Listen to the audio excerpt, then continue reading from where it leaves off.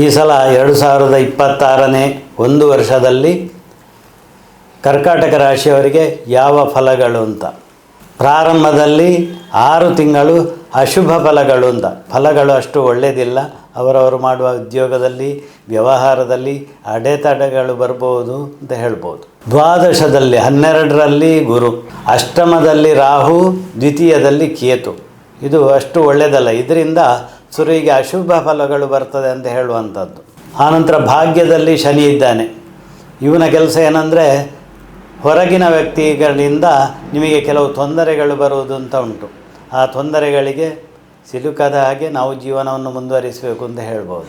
ನಮ್ಮ ಸಂಬಂಧಿಕರಿಂದ, ನಮ್ಮ ಹತ್ತಿರದವರಿಂದ, ಅದೇ ಪ್ರಕಾರ ನಮ್ಮ ಫ್ರೆಂಡ್ಶಿಪ್ನಿಂದ ಆಪತ್ತುಗಳು ಬರುವಂತಹ ಸಂದರ್ಭ ಉಂಟು. ಯಾವುದೇ ವ್ಯವಹಾರ ಮಾಡುವುದಾದರೂ ಜಾಗೃತರಾಗಿರ್ಬೋದು ಅಂತ ಹೇಳ್ಬೋದು. ಹೊಟ್ಟೆಗೆ ಸಂಬಂಧಪಟ್ಟಂತಹ ಕಾಯಿಲೆಗಳು ಬರುವುದಂತ ಉಂಟು.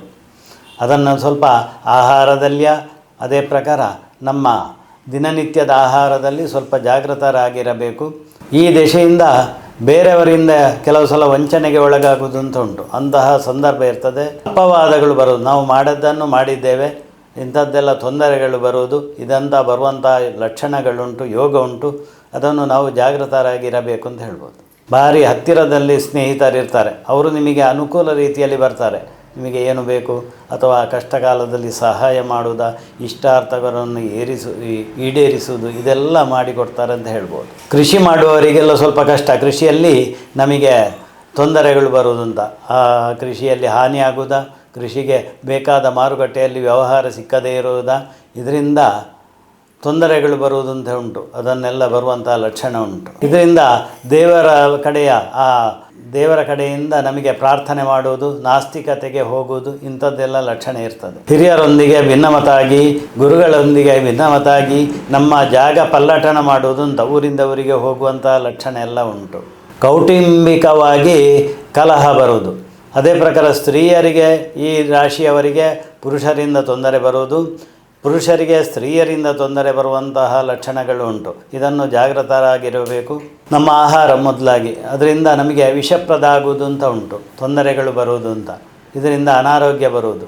ಇದನ್ನೆಲ್ಲ ನಾವು ಜಾಗೃತರಾಗಿ ಮುಂದುವರಿಸಬೇಕು. ಅನಗತ್ಯ ಪ್ರಯಾಣ ಎಲ್ಲ ಹೋದರೂ ನಮ್ಮ ಕೆಲಸ ಆಗದೇ ಇರುವುದು, ಇಲ್ಲದ್ರೆ ಅನಗತ್ಯವಾಗಿ ಹೋಗಿ ಬರುವುದು, ಇದರಿಂದ ತೊಂದರೆಗಳು ಬರುವುದು, ಇದೆಲ್ಲ ಆಗುವಂಥ ಲಕ್ಷಣ ಉಂಟು. ಈ ರಾಶಿಯವರಿಗೆ ಕೆಲವು 6 ತಿಂಗಳ ನಂತರ ವಿವಾಹ ಆಗದೇ ಇದ್ದವರಿಗೆ ವಿವಾಹ ಯೋಗಗಳೆಲ್ಲ ಬರ್ತದೆ. ಆನಂತರ ಉದ್ಯೋಗ ಇಲ್ಲದೆ ಇರುವವರಿಗೆ ಉದ್ಯೋಗದ ಅನುಗ್ರಹ ಬರುವಂಥ ಯೋಗ ಉಂಟು.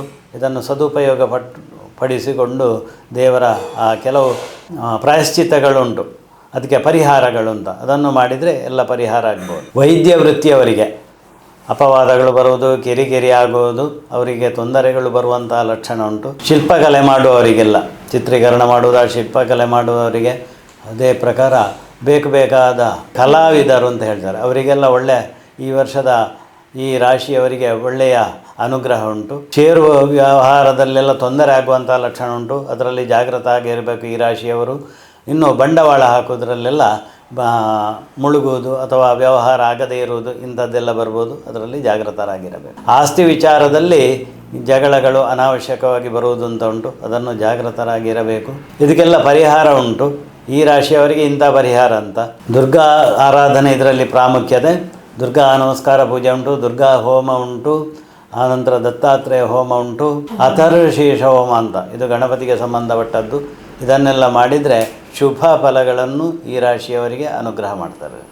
ಈ ವರ್ಷದ 2026ನೇ ವರ್ಷದ ಮೇಷ, ವೃಷಭ, ಮಿಥುನ, ಕರ್ಕಾಟಕ, ಸಿಂಹ, ಕನ್ಯಾ, ತುಲಾ, ವೃಶ್ಚಿಕ, ಧನು, ಮಕರ, ಕುಂಭ, ಮೀನ ಅಂತ 12 ರಾಶಿಗಳುಂಟು. ಮನುಷ್ಯನ ಜೀವನದಲ್ಲಿ ಒಬ್ಬೊಬ್ಬರಿಗೆ ಒಂದೊಂದು ನಕ್ಷತ್ರ, 3-4 ನಕ್ಷತ್ರಕ್ಕೆ ಒಂದು ರಾಶಿ, ಈ ರೀತಿ ಇರ್ತದೆ. ಅದರಲ್ಲಿ ಈ ರಾಶಿಯವರಿಗೆ ಏನು ಫಲ ಅಂತ ಹೇಳಿದ್ದೇನೆ. ಆ ರಾಶಿಯಲ್ಲಿ ಯಾರು ಗೋಚರದಲ್ಲಿ ಇರ್ತಾರೆ, ಯಾವ ಗ್ರಹರು ಗೋಚರದಲ್ಲಿ ಇರ್ತಾರೆ, ಅವರ ಆ ಫಲಗಳನ್ನು ಹೇಳಿದ್ದೇನೆ. ಅಂದರೆ ಒಳ್ಳೆಯದು ಕೆಟ್ಟದ್ದು ಅಂತ ಹೇಳ್ಬೋದು, 2 ನಡೀತಾ ಇರ್ತದೆ. ಆದರೆ ಸರಿಯಾದ ವಿಮರ್ಶೆ ಬೇಕಾದರೆ ಆ ಜಾತಕವನ್ನು ವಿಮರ್ಶೆ ಮಾಡಬೇಕು. ಆ ರಾಶಿಯವರಿಗೆ ಯಾವುದು ಪ್ರಾರಂಭದಲ್ಲಿ ಉಂಟು, ಯಾರಿಗೆ ಲಾಸ್ಟಲ್ಲಿ ಯಾವ ದೇಶ ಉಂಟು ಅಂತ ಹೇಳಿ, ಯಾವ ಕಾಲದಲ್ಲಿ ವಿವಾಹಕ್ಕೆ ಯೋಗವ, ವಿದ್ಯಾಭ್ಯಾಸಕ್ಕೆ ಒಳ್ಳೆಯದ. ಕಂಠಕಗಳುಂಟು, ಬರುವಂಥ ಅಪಮೃತ್ಯು, ವ್ಯಾಳ ಮೃತ್ಯು, ಘೋರ ಮೃತ್ಯು, ಕ್ಷುದ್ರ ಮೃತ್ಯು ದೋಷಗಳನ್ನೆಲ್ಲ ನಿವಾರಣೆ ಮಾಡಬೇಕಾದ್ರೆ ನಮಗೆ ಕೆಲವು ಸಂಧಿಗಳು ಅಂತ ಇರ್ತದೆ. ಅದನ್ನು ಜಾತಕ ನೋಡಿಯೇ ಯಾವಾಗ ಬರ್ತದೆ ಆವಾಗ ಕಾಲದಲ್ಲಿ 6 ತಿಂಗಳ ಮೊದಲೆಲ್ಲ ಪರಿಹಾರ ಮಾಡಬೇಕು ಅಂತ ಲೆಕ್ಕ. ಅಂತಹ ಕಾಲದಲ್ಲಿ ನಾವು ವಿಚಾರ ಮಾಡಬೇಕಾಗ್ತದೆ. ಇದು ಟೋಟಲಾಗಿ ಆ ವರ್ಷದ ಫಲಗಳು ಅಂತ. ಈ ಫಲಗಳನ್ನು ನೋಡಿ ನಕ್ಷತ್ರಗಳನ್ನು, ಜಾತಕವನ್ನು ಆವ ಜ್ಯೋತಿಷಿಗಳ ಹತ್ರ ನಿಮ್ಮ ವಿಮರ್ಶೆ ಮಾಡಿ ಅದಕ್ಕೆ ಫಲಾಫಲಗಳನ್ನು ಒಳ್ಳೆಯದನ್ನು ಅನುಗ್ರಹ. ಯಾವುದಕ್ಕೂ ಪರಿಹಾರ ಉಂಟು. ಎಲ್ಲ ನಕ್ಷತ್ರಕ್ಕೆ ಶನಿ ದೋಷವೇ ಹಾಳು ಅಂತಲ್ಲ, ಅದಕ್ಕೆ ಪರಿಹಾರ ಮಾಡಿದರೆ ಶನಿಯೂ ಒಳ್ಳೆಯ ಅನುಗ್ರಹದಲ್ಲಿ ಬರ್ತಾರೆ. ಎಲ್ಲ ರಾಶಿಯಲ್ಲಿ ಎಲ್ಲ ಅನುಗ್ರಹರು ಅನುಗ್ರಹ ರಾಶಿಯಲ್ಲಿ ಬರ್ತದೆ.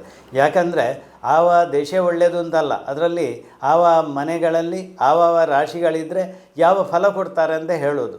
ಅದನ್ನು ಒಳ್ಳೆಯ ರೀತಿಯಲ್ಲಿ ದೇವರ ಅನುಗ್ರಹ ಪಡಿಬೇಕಾದ್ರೆ ಆ ವಿಚಾರದಲ್ಲಿ ಆ ರಾಶಿಗಳನ್ನು ವಿಚಾರ ಮಾಡಿ ಜಾತಕವನ್ನು ವಿಮರ್ಶೆ ಮಾಡಿ ವಿವಾಹಕ್ಕೆ ಯೋಗ ಉಂಟಾ, ವಿದ್ಯಾಭ್ಯಾಸಕ್ಕೆ ಹೇಗೆ ಉಂಟು, ಮುಂದಕ್ಕೆ ಯಾವ ವಿದ್ಯಾಭ್ಯಾಸದಲ್ಲಿ ಯಾವ ವ್ಯವಹಾರದಲ್ಲಿ ಮುಂದುವರಿಯಬಹುದು, ಅದೇ ಪ್ರಕಾರ ಹೊಸ ವಾಹನ ಖರೀದಿಯ, ಆಸ್ತಿಗಳನ್ನು ಖರೀದಿಯ, ಅದೇ ಪ್ರಕಾರ ಹೊಸ ವ್ಯವಹಾರವ, ಇದಕ್ಕೆಲ್ಲ ಅನುಗ್ರಹ ಕೊಡುವುದು ಆ ಜಾತಕ ವಿಮರ್ಶೆ ಮಾಡಿ. ಅದರಿಂದ ಶ್ರೇಯಸ್ಸು ಉಂಟು. ಯಾವುದೇ ಒಂದು ದೋಷಗಳಿದ್ದರೂ ಅದನ್ನು ಪರಿಹಾರ ಮಾಡಲಿಕ್ಕೂ ಆಗ್ತದೆ. ಆ ವಿಮರ್ಶೆಯಿಂದ ನಮ್ಮ ಜೀವನವನ್ನು ಒಳ್ಳೆ ರೀತಿಯಿಂದ ಸಾಗಿಸಲಿಕ್ಕೆ ದೇವರ ಅನುಗ್ರಹ ಬರ್ತದೆ ಅಂತ ಹೇಳ್ಬೋದು. ಎಲ್ಲದಕ್ಕೂ ಆ ನಾಗದೇವತೆಗಳಿರ್ಬೋದು, ಆದಿತ್ಯಾದಿ 9 ನವಗ್ರಹರು ಇರ್ಬೋದು, ನಾವು ನಂಬುವಂತಹ ದೇವರ ಪೂರ್ಣ ಅನುಗ್ರಹ ಬೇಕು. ಇದನ್ನೆಲ್ಲ ನಾವು ಪ್ರಾರ್ಥನೆ ಮಾಡಿ ಇಂಥದ್ದನ್ನು ಮುಂದುವರಿಸಿದರೆ ಜೀವನದಲ್ಲಿ ಬರುವಂತಹ ಕಂಠಕ ದೋಷಗಳನ್ನೆಲ್ಲ ನಿವಾರಣೆ ಮಾಡ್ಬೋದು, ಇಷ್ಟಾರ್ಥವನ್ನು ಪಡಿಬೋದು ಅಂತ ಹೇಳ್ಬೋದು. ನಿಮ್ಮೂರಿನ ಸುದ್ದಿ ಕಾರ್ಯಕ್ರಮಗಳ ವರದಿಯನ್ನು ನಾವು ಬಿತ್ತರಿಸಲಿದ್ದೇವೆ. ಈ ಕೆಳಗಿನ ನಂಬರನ್ನು ಸಂಪರ್ಕಿಸಿ.